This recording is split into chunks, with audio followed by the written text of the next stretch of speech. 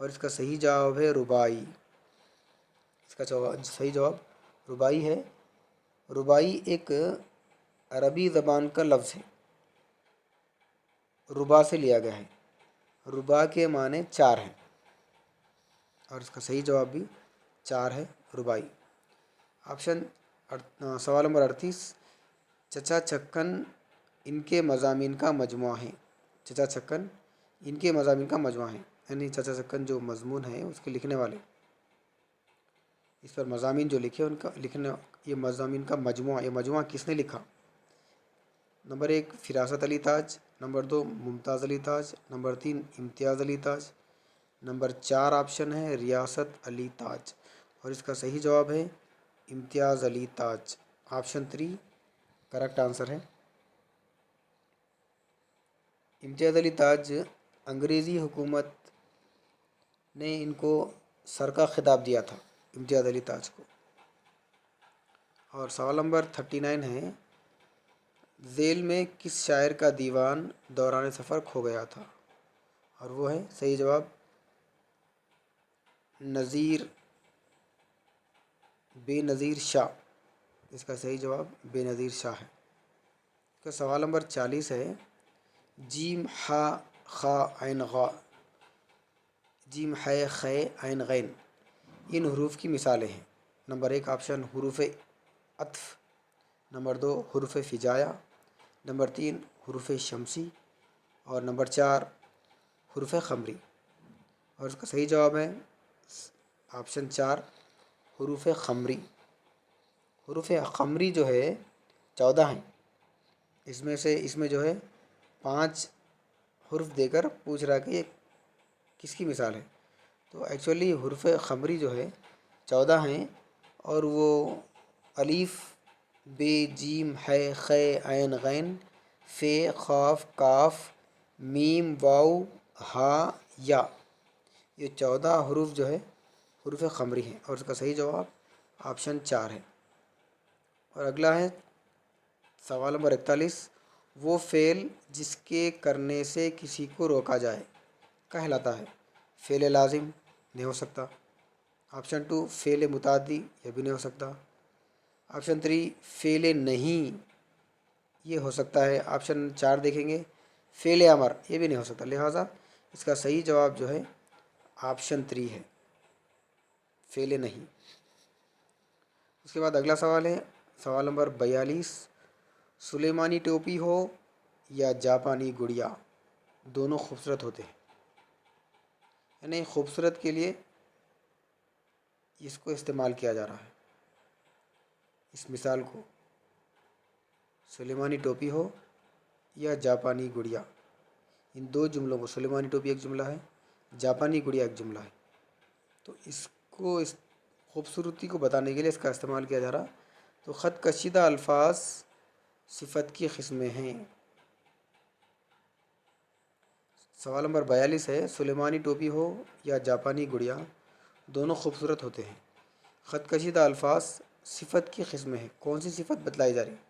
سلیمانی میں اور جاپانی میں۔ آپشن 1 صفت نسبتی، صفت مقداری، صفت عددی، صفت ذاتی۔ اب دیکھیے اس میں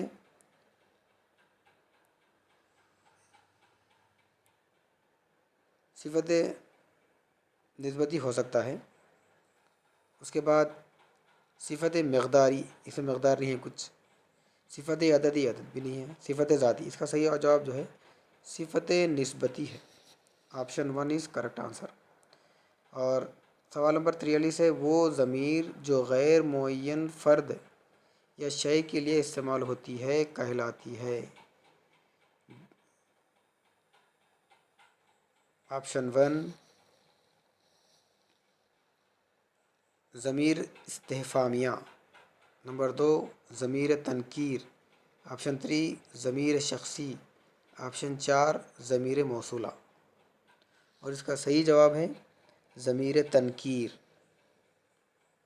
آپشن 1 اس کا صحیح جواب ہے آپشن 2 ضمیر تنکیر، صحیح آنسر ہے۔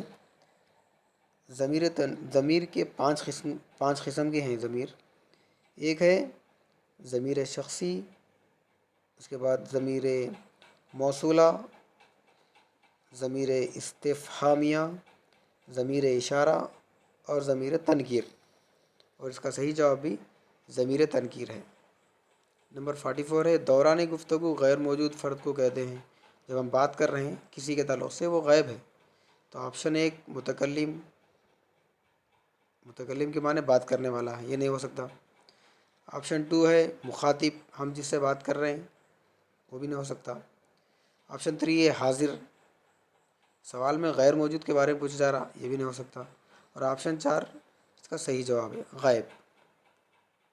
اس کا سوال نمبر 45 ہے حسب ذیل میں منفرد لفظ ہے، منفرد لفظ۔ آپشن 1 شخصیت، نمبر 2 گل بدن، آپشن 3 قوس خزاں، آپشن 4 شاد کام، اور اس کا صحیح جواب ہے شخصیت۔ لفظ دو قسم کے ہوتے، یہاں پہ مفرد لفظ کے بارے میں پوچھا جا رہا، لفظ دو قسم کے ہوتے، ایک مفرد اور دوسرا مرکب۔ مفرد لفظ جو ہے قواعد میں واحد اور اکیلے لفظ کو کہا جاتا ہے۔ سوال نمبر 46 ہے دعوت دینے والے کو کہا جاتا ہے، جس کو دعوت دی جا رہی ہے اس کو کہا جاتا ہے، دعوت دینے والے کو کہا جاتا ہے نہیں، دعوت دینے والا، کوئی اگر دعوت دے رہا ہے اس کو کیا کہتے ہیں؟ دائی کہتے ہیں، متکلم کہتے ہیں، ہادی کہتے ہیں، مشیر کہتے ہیں، اور اس کا صحیح جواب ہے دعوت، دائی، نمبر 1، دعوت دینے والا دائی کہلاتا ہے۔ اگلا سوال ہے 47، اس علامت کو جملے کے آخر میں لگایا جاتا ہے، سکتہ، ختمہ، فجا یا واوین، اور اس کا صحیح جواب ہے ختمہ، آپشن 2 صحیح جواب ہے اس کا۔ اور سکتہ جو پہلا دیا یہ مختصر ٹھہراؤ کے لیے استعمال کیا جاتا، جیسے مثال کے طور پر مسلمان، کاما، عیسائی، اس طرح یہ جو استعمال کر رہے ہیں کاما وہ سکتہ ہے۔ اس کے بعد واوین کسی کے قول کو لکھنے کے لیے استعمال کیا جاتا، اور فجایا جو ہے جب متکلم اپنے دلی جذبات کا اظہار کرے تو یہ فجایا استعمال ہوتا ہے، اس کو اس طرح لکھا جاتا، یہ فجایا کی علامت ہے۔ اور واوین جو ہے اس طرح لکھا تھا کہ کسی کا قول لکھ کر اوپر 2 واوین لگائے جاتے ہیں۔ سوال نمبر 48 ہے لفظ یا اسم کے بعد دوسرا حرف، لفظ یا اسم کے بعد آنے والا حرف یا لفظ یا اسم کے بعد آنے والا حرف یا لفظ جوڑا جاتا ہے تو وہ کہلاتا ہے۔ آپشن 1 مفرد، آپشن 2 مرکب، آپشن 3 سابقہ، آپشن 4 لاحقہ، اور اس کا صحیح جواب لاحقہ ہے، option 4 is the correct answer. لفظ یا اسم کے بعد آنے والے کو لاحقہ کہتے ہیں۔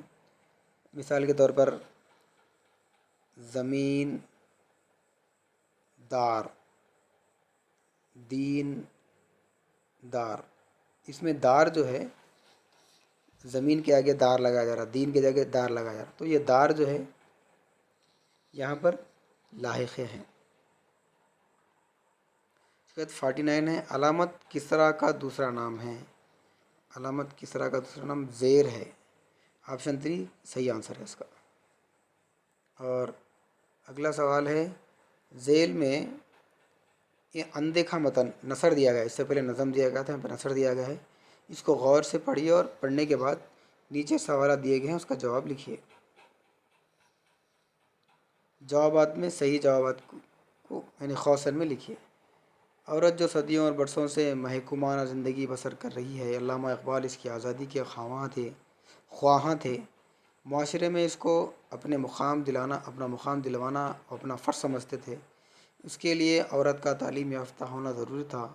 اقبال عورت کی ترقی پسندی اور آزادی کے جہاں خواہاں تھے، وہیں وہ چاہتے تھے کہ عورت اپنی مشرقی زندگی کو فراموش نہ کرے، اپنی تہذیب، اپنے اقدار اور اپنے مذہب کی علمبردار ہو۔